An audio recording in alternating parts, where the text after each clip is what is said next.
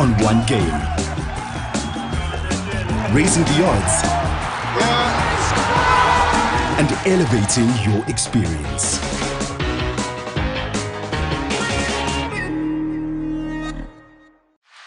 You've done the hard work, the analysis, the selection. It's all going according to plan. Until City miss a sitter and you miss your multi-bet by one. Miss your multi-bet by one and we will return up to 20 times your stake. We've got your back, even when City don't.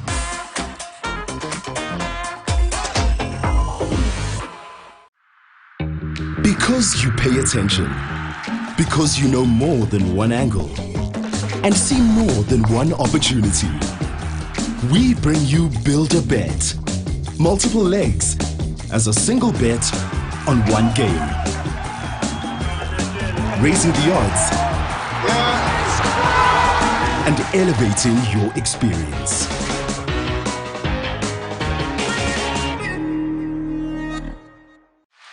You've done the hard work, the analysis, the selection. It's all going according to plan. Until City miss a sitter and you miss your multi-bet by one. Miss your multi-bet by one and we will return up to 20 times your stake. We've got your back, even when City don't. For the most accurate and balanced news, we are a credible and trusted news source. We are KBN Television. Catch us live on Topstar Channel 102. And remember to like our page KBN TV on Facebook for all breaking news. KBN, the finest television.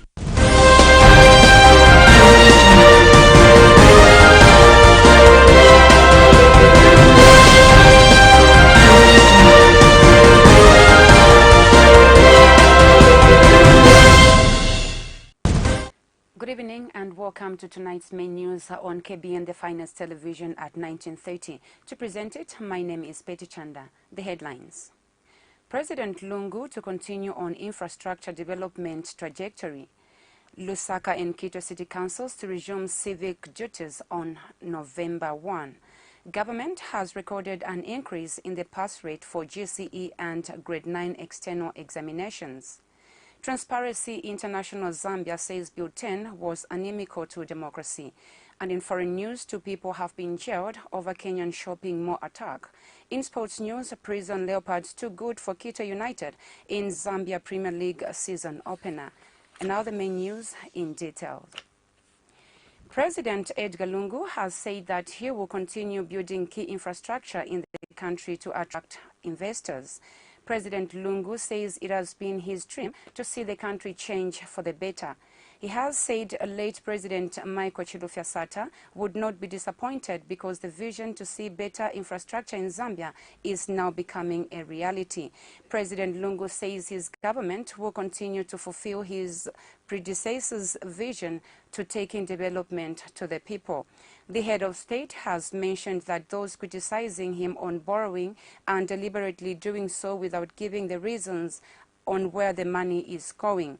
He has stressed that the project created employment for the people of Zambia and commended local contractors for their job. He was speaking today during the commissioning of the Arcades flyover bridge, which is under the Lusaka decongestion project. It has been my dream to see the face of Lusaka and the entire Zambia change, and change for the better. 2 days ago, we were remembering President Michael Chilufya Sata, whose vision, among many other things, was to see the transformation of Zambia through infrastructure development. President Sata would not have been disappointed to see what we have done in fulfilling his dream. Lusaka has been transformed. Zambia has been transformed. I was in Mabula province where I heard the slogan, I hope people will not be offended, it's not going to insult anybody.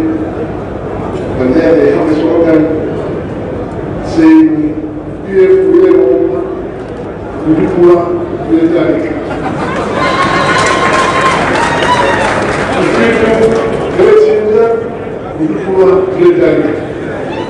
translated, this simply means sometimes should be told that Unitarian is making, I don't know whether it is foolish people or idiots, I don't know, live there, but people who are down in mind are arguing that Speaking at the same event, Indian High Commissioner to Zambia, Ngulkam Gangti, expressed happiness with the progress the country has made in expansion of infrastructure. And local government minister Charles Banda has said the commissioning of the flyover bridge speaks to the president's commitment of ensuring that he will provide the much-needed infrastructure that will drive the country's economy. Commission yet another flyover bridge. Where 2 months ago, you commissioned the Makeni flyover bridge, and here you are again commissioning yet another great milestone. Your Excellency, this speaks to your commitment of ensuring that you provide the much-needed infrastructure that will drive the economy and social development of the country.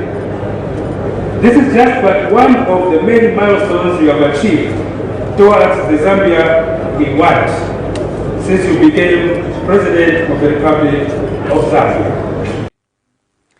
Vice President Inongewina has warned that the failing of Bill 10 will have devastating effects on issues such as delimitation and women representation, among others.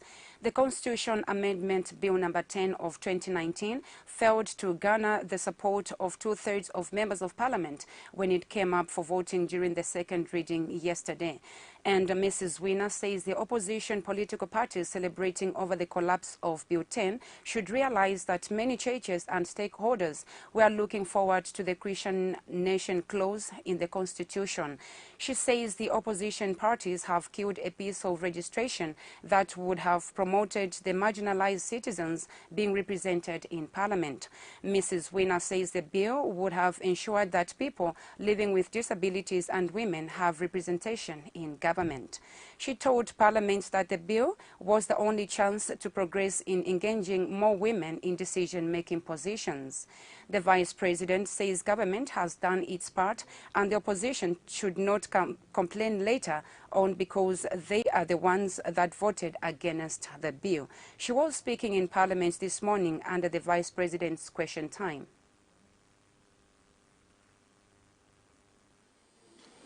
The non-passing of Bill 10 will have a devastating effect on many issues, not only on delimitation. And I just wonder as to who, the people who are celebrating today, whether they will have legitimate answers to face the Christians, to face the churches that wanted to see the Christian nation clause actualized in the Constitution. Whether they will be able to face the chiefs to ensure that the chiefs understand why this was shot down to their disadvantage. Whether they will be able to face the youth, the women, and people with disabilities. For the last 50 years, the women of this country have struggled to have their voice heard in decision-making organs. And this was quelled by the opposition that felt that women should not come to the table where decisions are made. Dr. Charles Banda has lifted the suspension of the Lusaka and Quito City Councils effective November 1 next month. This follows tomorrow's expiry of the gazetted 90-day suspension slapped on the two councils due to illegalities in land allocation. Dr. Banda said the two councils will resume civic duties, although investigations by ad hoc committees have revealed illegalities in the distribution of land perpetrated by councillors and some some council workers. He has also stated that names of 12 and 7 councillors from the Kitwe and Lusaka City Councils respectively have deeply been involved in the said illegalities. The minister says investigative wings will now be allowed to pursue the alleged involvement of civic leaders and council workers in illegal land allocation.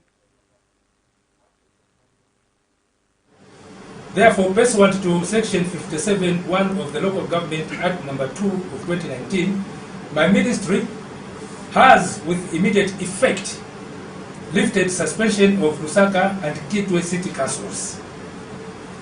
Both councils will resume their civic duties on 1st November, although investigations conducted by ad hoc committees have revealed obvious illegalities in the allocation of land perpetrated by some civic leaders, including some council workers.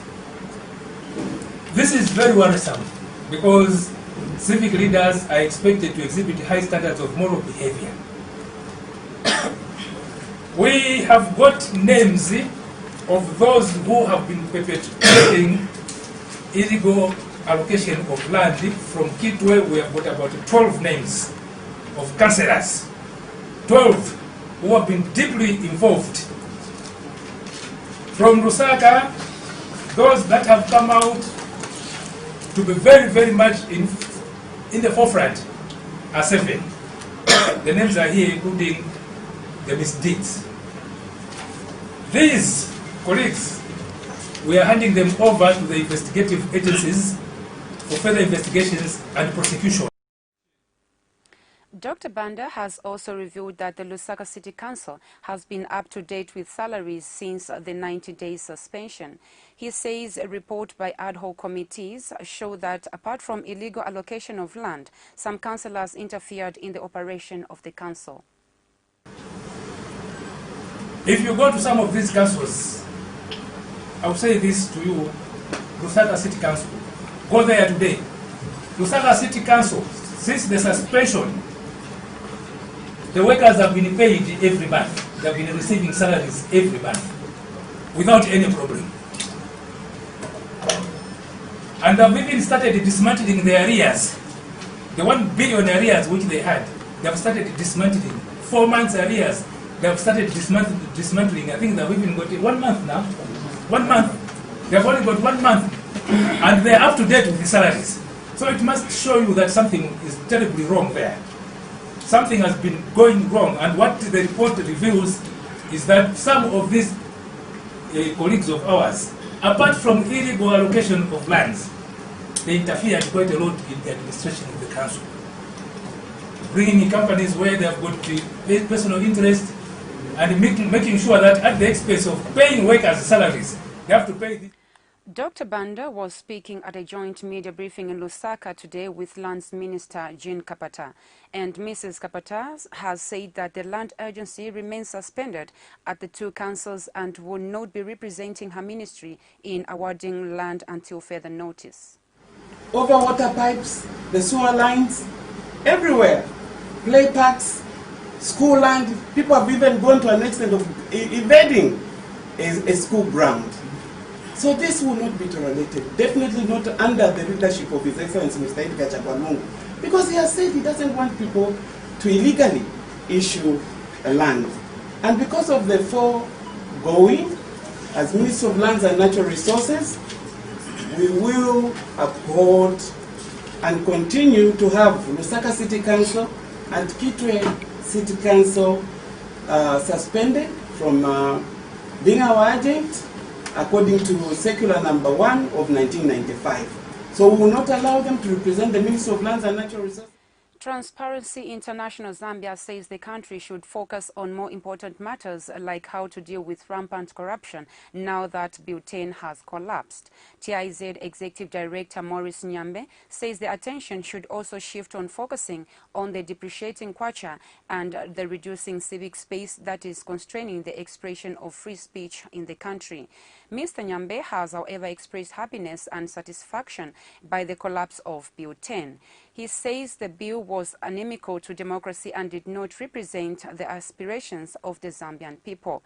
He says the members of parliament who stood resolute in defending the country's democracy and the will of the people deserve a great commendation. Mr. Nyambe is, however, hopeful that government will learn from what he has termed as not trampling on the aspirations of the people when in power. As I said, we would like to express satisfaction at the collapse of Bill 10. I think we have been very clear and very consistent in our stance that this bill did not represent the aspirations of the Zambian people, and this bill was inimical to our interests as a democratic country.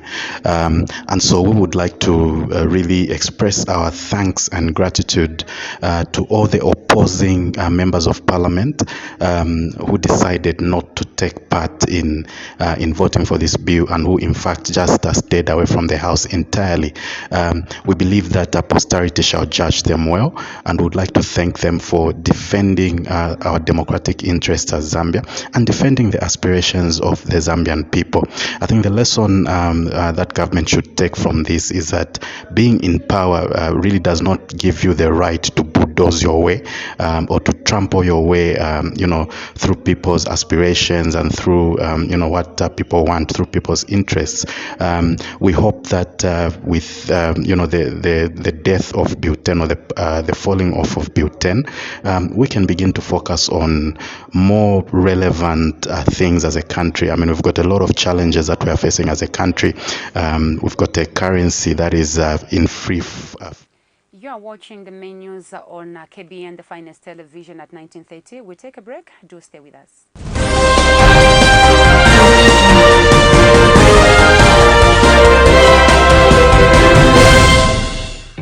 Because you pay attention. Because you know more than one angle. And see more than one opportunity.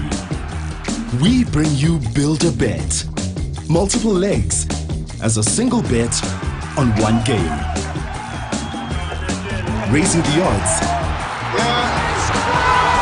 and elevating your experience.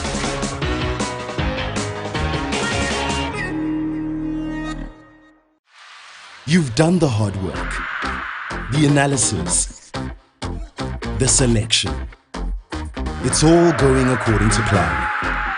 Until City miss a sitter and you miss your multi-bet by one. Miss your multi-bet by one and we will return up to 20 times your stake. We've got your back, even when City don't.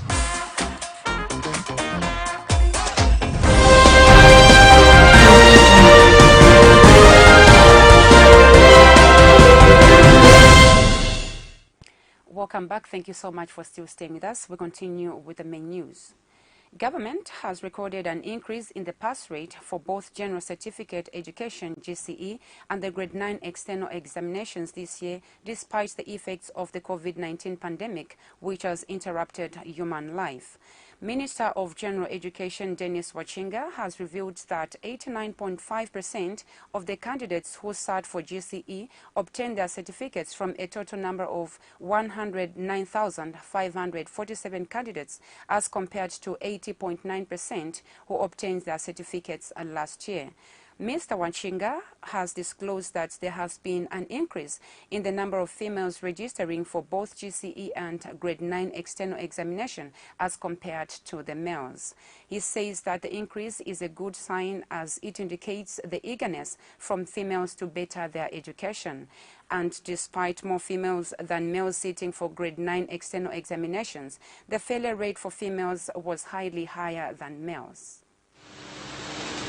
The 2020 Grade 9 external examinations. 2020 Grade 9 external examinations were, there was a total of 127,161 candidates who entered the 2020 Grade 9 external examinations, and this reflected a growth of 52.03% over the 83,640 candidates who had entered for the examination in 2019. You will agree with me, ladies and gentlemen, that a growth of 52% in the candidacy is a positive development. It reflects the increasing appreciation of the value of education, that people are getting more and more determined to improve their education. Of the 127,161 candidates, 59,318, that is 46.7% of this number, were boys, and 67,843, that's 53.3%, were girls. And the minister revealed that Eastern Province recorded the highest number of candidates who registered but failed to sit for the exams. He has added that Lusaka is second, while Northwestern recorded the lowest rate. Police have recovered a motor vehicle believed to be for late Dr. Tasila Tembo, who was put to rest yesterday. Acting police spokesperson Danny Mwale says the vehicle in question is an Isuzu KB250, a double cab with registration number BAG 1966. In a statement made available to KBN News today, Mr. Mwale said the vehicle was found parked at a named lodge in Mazabuka district. He says investigation in the matter have continued. The ruling Patriotic Front PF alliance partners have condemned the opposition United Party for National Development for voting against the enactment of Bill Amendment number 10 of 2019, which came up for second reading on the floor of Parliament yesterday. Speaking at a joint media briefing today, a new Congress Party leader, Peter Chanda, said his party believes that Bill 10 was meant to amend the lucanas that are in the Constitution. Mr. Chanda said he is aware that under democracy, the role of the legislature is to enact and amend laws. He said the role of UPND MPs in Parliament leaves so much to be desired. The new Congress Party leader has observed that areas where UPND MPs preside over are underdeveloped. He has alleged that the United Party for National Development leader Hakainde Hichilema has restrained UPND members of Parliament from performing their legislative duties. Bill 10 was meant to amend the lacunas that are in the Constitution. We are all aware of the fact that democracy is about give and take. And the role of the legislature is to make laws and amend laws. My failure or my understanding, or what I fail to understand, if I can be precise, what I fail to understand is what role do the UPND members of Parliament play in Parliament. We are all aware of the fact that areas where the UPND members of Parliament are underdeveloped. If President Lungu does not take development, no one takes development. Because Hakainde Hichilema, beside fighting every progressive bill in Parliament, he is also gone as far as restraining the members of Parliament from performing their legislative. Speaking at the same media briefing, DNA spokesperson Spooky Mlemwa revealed that yesterday's outcome has not come as a surprise because the opposition UPND is an enemy of progress. He added that the opposition party does not look at affairs of the country in national interest. He said the UPND have a narrow and short-sighted partisan point of view. We are perplexed, annoyed, angry, whatever makes someone upset, we are at that point. But we are not surprised because we've always known that UPND is an enemy of progress. They do not look at the bigger picture in the national interest. They always have a myopic, narrow, partisan point of view, which cannot take this country anywhere. We commend the head of state, Dr. Edgar Chagwalungu, for standing firm by Bill 10, and all those MPs who supported the bill in Parliament. This battle has a setback, but a major war will be won in 2021. And we know that UPND will be the main casualty here. We ask members of Parliament, your role as legislators is to make sure that laws are passed, as my colleagues have correctly assessed. But what they are doing is that they are sure. Meanwhile, Reverend Moses Lungu has described the failure of Bill 10 amendment to be enacted into law as a war between good and evil. He has called upon the Zambian police to be on high alert to ensure that any forms of tribal elements are crushed. So we are calling on the police to be on high alert to make sure that any tribal elements are crushed down if they are coming in the form of a political party. And speaking for the church, I'm appealing to our church mother bodies to realize that this is an assault on the church. This is an assault on the preamble of the Constitution. And they introduced the article that could have been amended to ensure that most of the pieces of legislature in this country are influenced, or we take values of Christians, values of the Bible, to be cross-cutting issues in the whole formulation of the Constitution. Now, this has been denied to the church. And as a church, we cannot afford to keep quiet. It would be suicidal for the church to sit back. This is a serious matter. It's very retrogressive, but it is very serious. We should not allow a tribal grouping to go to Parliament and continue to sabotage any meaningful and progressive attempt to make. In other local stories, the Ministry of Health has warned of a second surge of COVID-19 in December this year if people continue to ignore health guidelines because the temperature will be cooler. Health Minister Dr. Chitalu Chilufya says the second wave is avoidable if people follow health guidelines. Dr. Chilufya says there's need for people to stick to the basic measures like wearing a face mask, even the cases to begin to decrease. He has since urged people to ensure measures are followed in various congregate settings to avoid the second surge of COVID-19 in December. Meanwhile, Dr. Chilufya has announced that the country has recorded 90 new cases of COVID-19 in the last 24 hours. He says the country has only 6 patients in terms of admission, of which 3 are at Levi Mwanawasa Isolation Center, while 3 are in other parts of the country. He was speaking at a routine COVID-19 update in Lusaka today. The cases are reducing.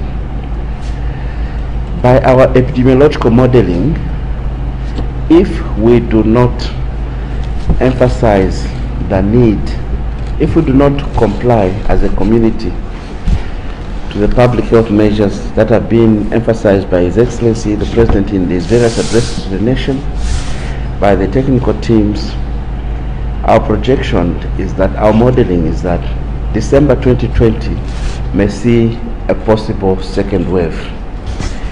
This is totally avoidable. We've conducted 6,893 tests in the last 24 hours, and out of these, 90 were positive. Again, that's a very low positivity. I repeat, despite this downward trend, ours is to up our response to ensure that we don't get a second surge. A surge always makes us retreat. Meanwhile, Ministry of Health Permanent Secretary for Technical Services, Kenneth Malama, says the country has expressed interest in the World Health Organization to participate in research and trial for the COVID-19 vaccines. People may be aware now, we are talking of 119 candidates for vaccine development. But as you are developing a vaccine, there are so many stages you follow. Critically, phase 3. where you look at safety and the efficacy of that vaccine potential. So at the moment we have 9 candidates of the vaccines which have reached phase 3, and those you find in China, a bit in Russia, UK and America.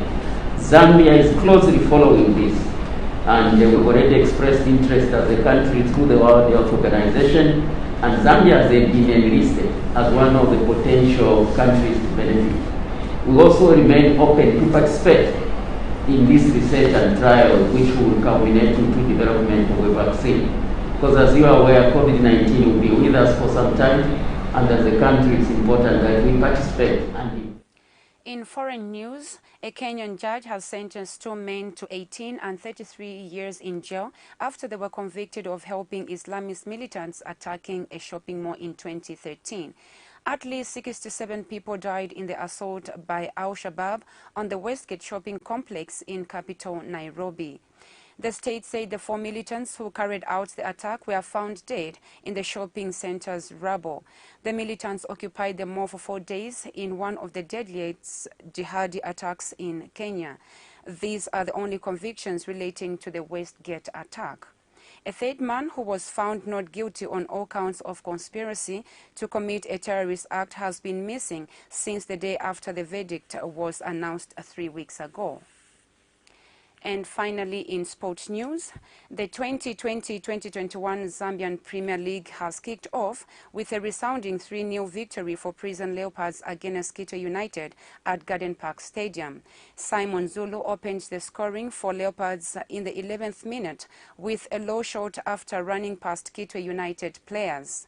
The Kabwe-based side doubled the lead through Simon Kandu in the 18th minute to go to half-time with a commanding 2-0 lead.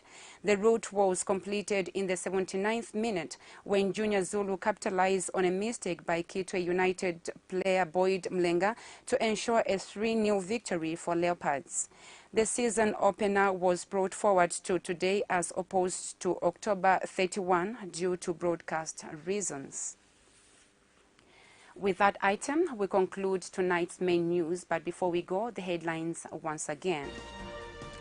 President Lungu to continue on infrastructure development trajectory. Lusaka and Kitwe City Councils to resume civic duties on November 1. Government has recorded an increase in the pass rate for GCE and Grade 9 external examinations. Transparency International Zambia says Bill 10 was inimical to democracy.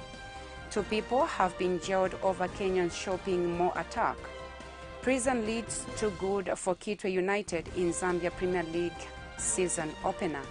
For accurate, balanced and trusted news, watch KBN, the finest television, on your tapes decoder channel 102 24/7. From me, Peti Chanda, and the rest of the production team is goodbye and stay blessed.